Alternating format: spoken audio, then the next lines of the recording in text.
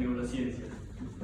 Primero es el enfoque de la temporalidad electroneuronal y el segundo es el enfoque del cerebro reptiliano. ¿Cómo vamos a trabajar estos enfoques? Vamos a empezar a hablar de ellos a partir de una pregunta disparadora que creo que todos como buenos uruguayos van a saber responder.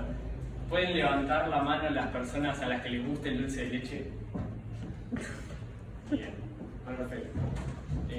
Ahí, por ejemplo, cuando vos abrís la heladera y ves el pote de dulce de leche, ¿cómo es el proceso para empezar a comer ese dulce de leche? ¿Cómo lo describirías? Destapo, busco en dónde ponerlo, Bien. agarro como algún utensilio y bueno, lo unto en lo que sea. Bien. Entonces, para iniciar el curso de acción que lleva a comer dulce de leche, ¿vos crees que necesariamente primero tenés que querer comer dulce de leche? ¿Sí? Sí. ¿Estarías de acuerdo con esa afirmación?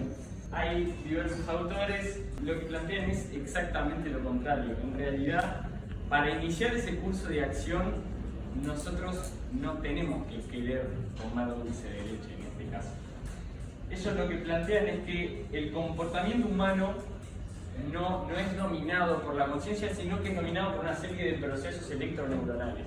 Ellos lo que hacen es, plantean una línea de tiempo en la que definen lo que le llaman potencial de disposición, que ellos le llaman readiness potential, y el free will o libre voluntad, y entienden a partir de distintos experimentos que hay una variación temporal de aproximadamente 500 milisegundos entre el acaecimiento de la primera y el acaecimiento de la segunda. Es decir, nosotros nuestro cerebro, mejor dicho, primero desarrolla un proceso electroneuronal por el cual empieza a realizar los procesos motores que llevan a la conducta, y después nuestro cerebro acompaña ese proceso electroneuronal queriendo lo que ya iniciamos.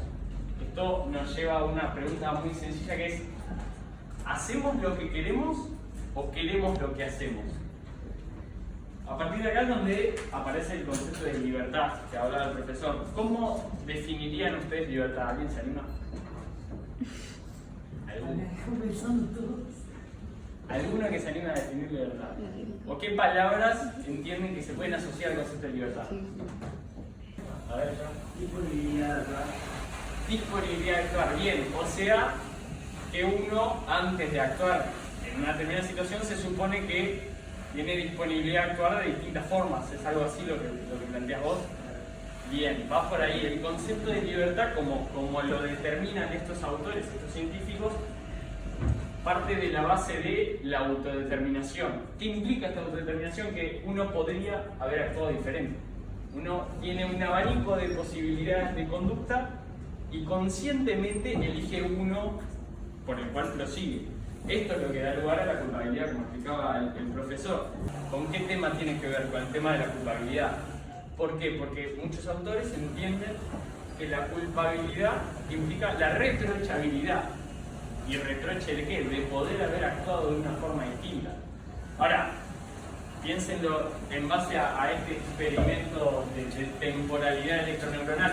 ¿Cómo podemos reprocharle a un sujeto el haber actuado de una forma distinta si él ni siquiera quería actuar de la forma que lo hizo, sino que su cerebro, sin voluntad mediante, sin conciencia mediante, empezó un curso de acción que después acompañó con su voluntad? ¿Es posible reprocharle al sujeto por algo que no quiso hacer a nivel neuronal? Existen también otras posiciones que definen la culpabilidad de manera diferente. Roxin, por ejemplo, la define como la abordabilidad normativa del hombre. Esto quiere decir que el sujeto como tal es pasible de motivarse y apoyarse en una norma. Pero de vuelta, nos planteamos cómo el sujeto se puede apoyar en una norma si ni siquiera se apoya en su propia voluntad para accionar. Estas son las distintas preguntas y las distintas problemáticas que nos trae el derecho penal. Entonces nos encontramos con un problema de derecho penal, un problema que tiene que enfrentar la dogmática.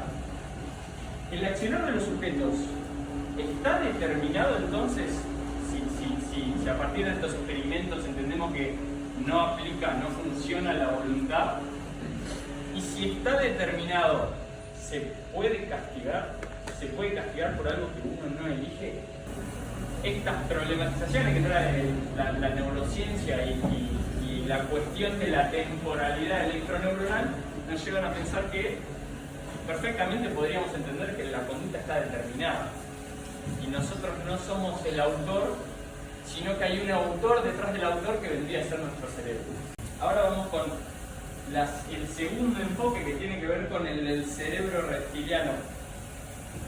Vamos de vuelta con el dulce de leche. Levanten la mano de vuelta a los que les gusta el dulce de leche, así agarro a más, porque si no puedo llevar allá. ¿Por qué te gusta el dulce de leche? Porque es impresionante. ¿Y por qué es impresionante? Porque es rico, no sé.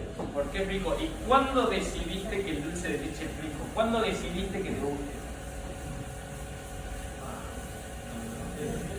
¿Lo decidiste? No. Bien. ¿Nosotros decidimos lo que nos gusta o no nos gusta? Aún más profundo, ¿nosotros decidimos cómo nos comportamos con las cosas que nos gustan o no nos gustan? Y vamos un paso más, y acá es donde entra la parte del derecho penal. Nosotros decidimos cómo reaccionamos frente a las cosas que no solo no nos gustan, nos atemorizan, nos generan, los asociamos a traumas, ya sea de nuestra infancia o de nuestro crecimiento. Nosotros elegimos cómo reaccionamos frente a esas situaciones tan estresantes. Acá es donde empieza la parte del segundo enfoque del derecho penal, que tiene que ver con cómo funciona el cerebro y quién tiene el control frente a qué situación. La vida la podemos entender como una fuerza biológica que trata de perpetuarse a sí misma y nos usa a nosotros como medio. ¿Bien? Nosotros muchas veces no decidimos lo que nos gusta o no nos gusta, no decidimos que nos gusta el dulce de leche o no me gusta el dulce de leche, o por qué me gusta el dulce de leche. Son cosas que simplemente se dan. ¿Por qué? Porque la vida se trata de perpetuar a sí misma y así va eligiendo un camino de cursos, de gustos, de cosas que no nos gustan, de acciones a tomar, de carreras que elegimos, de personas con las que nos relacionamos. Muchas veces, si bien creemos que somos nosotros detrás de todas esas operaciones, muchas veces es la propia vida tratando de perpetuarse a sí mismo. En los mamíferos esto es muy claro, es lo que todo el mundo llama instinto de supervivencia. ¿Qué pasa? El ser humano es mucho más complejo y hay posibilidad de ser conscientes de nosotros mismos. Y eso lleva a que muchas veces no veamos esta cuestión tan primitiva como sí se ve en otros mamíferos. El punto es que el funcionamiento de nuestro cerebro no está exento de las lógicas de esta fuerza biológica. De vuelta, el cerebro, imagínense un corte sagital del cerebro, como si yo me pusiera acá. Tenemos lo que se llama neocórtex, el cerebro reptiliano y el sistema límbico. El sistema límbico es el que se encarga de procesar todas las emociones, es el que recibe la información y que, ojo con esto, esto es muy importante, en caso de interpretar situaciones de peligro, la amígdala, que es parte de la estructura del sistema límbico, le pasa el control de la conducta al cerebro reptiliano. ¿Qué característica tiene este sector del cerebro? Que este sector opera y realiza conductas sin reflexión. Son conductas totalmente inmediatas. Cuando nosotros nos enfrentamos a una situación traumática, estamos en la calle a las 10 de la noche y viene alguien a robarnos. Nuestro sistema límbico detecta una situación de peligro que puede llegar a ser incluso traumática dependiendo de la vivencia del sujeto, y la amígdala le pasa el control de la conducta al cerebro reptiliano. Acá el cerebro reptiliano contempla, digamos, internamente solamente 5 posibilidades: lucha, huida, sometimiento, refugiarse en la manada y parálisis. Y en caso de funcionar el cerebro reptiliano dominando nuestra conducta, ninguno de estos cursos de acción va a tener una reflexión detrás. Es decir, ninguno de estos cursos de acción va a tener nuestra voluntad. Nosotros, en el momento en que nos viene a robar a alguien con la calle, no decidimos lo que vamos a hacer. Por eso muchas veces cuando hablamos entre nosotros y decimos, no, sí, porque a mí si me vienen a robar lo agarro a piñazos y de repente le decís, no, pará, pero ahora estás en frío, tenés que ver en el momento cómo reaccionarías. ¿Por qué tenés que ver en el momento cómo reaccionarías? Porque vos no decidís cómo reaccionarías, tu cerebro reptiliano es el que opera. Esto obviamente tiene una lógica evolutiva. Nosotros como mamíferos que nos hemos ido desarrollando y evolucionando, hemos necesitado respuestas rápidas a distintos peligros que vienen del lado de la naturaleza y de los otros seres humanos que conviven con nosotros. Es una respuesta inmediata, rápida, que no tiene ningún tipo de reflexión. Nosotros podemos luchar, podemos huir, podemos someternos, refugiarnos en la manada o paralizarnos. Y de vuelta, acá donde está el problema con el derecho penal. Si nosotros no tenemos voluntad de luchar, no tenemos voluntad de huir, no tenemos voluntad de someternos ni de ninguno de estos cursos de acción, podemos ser culpables por los daños jurídicos, por los daños a bienes jurídicos que lastimemos en el camino. Acá es donde entra de vuelta el tema de la culpabilidad y donde yo particularmente encuentro un argumento que justifica la existencia del derecho penal, porque de vuelta, si uno dice, bueno, pero de vuelta, acá no tenemos voluntad, no tenemos la libertad de la que hablaba el profesor, ¿cómo podemos castigar a un sujeto que no está siendo libre? Y acá la justificación que yo encuentro de por qué puede existir un derecho penal frente a estas situaciones es porque el derecho penal es otra de las consecuencias de la vida como fuerza biológica tratando de perpetuarse a sí misma. Nosotros diseñamos un sistema de corrección, un sistema normativo que intenta regular a la sociedad y controlar las situaciones que nos ponen en peligro. O sea, es parte de la propia vida lo que también justifica y da lugar causalmente a un derecho penal que trate de regular estas situaciones.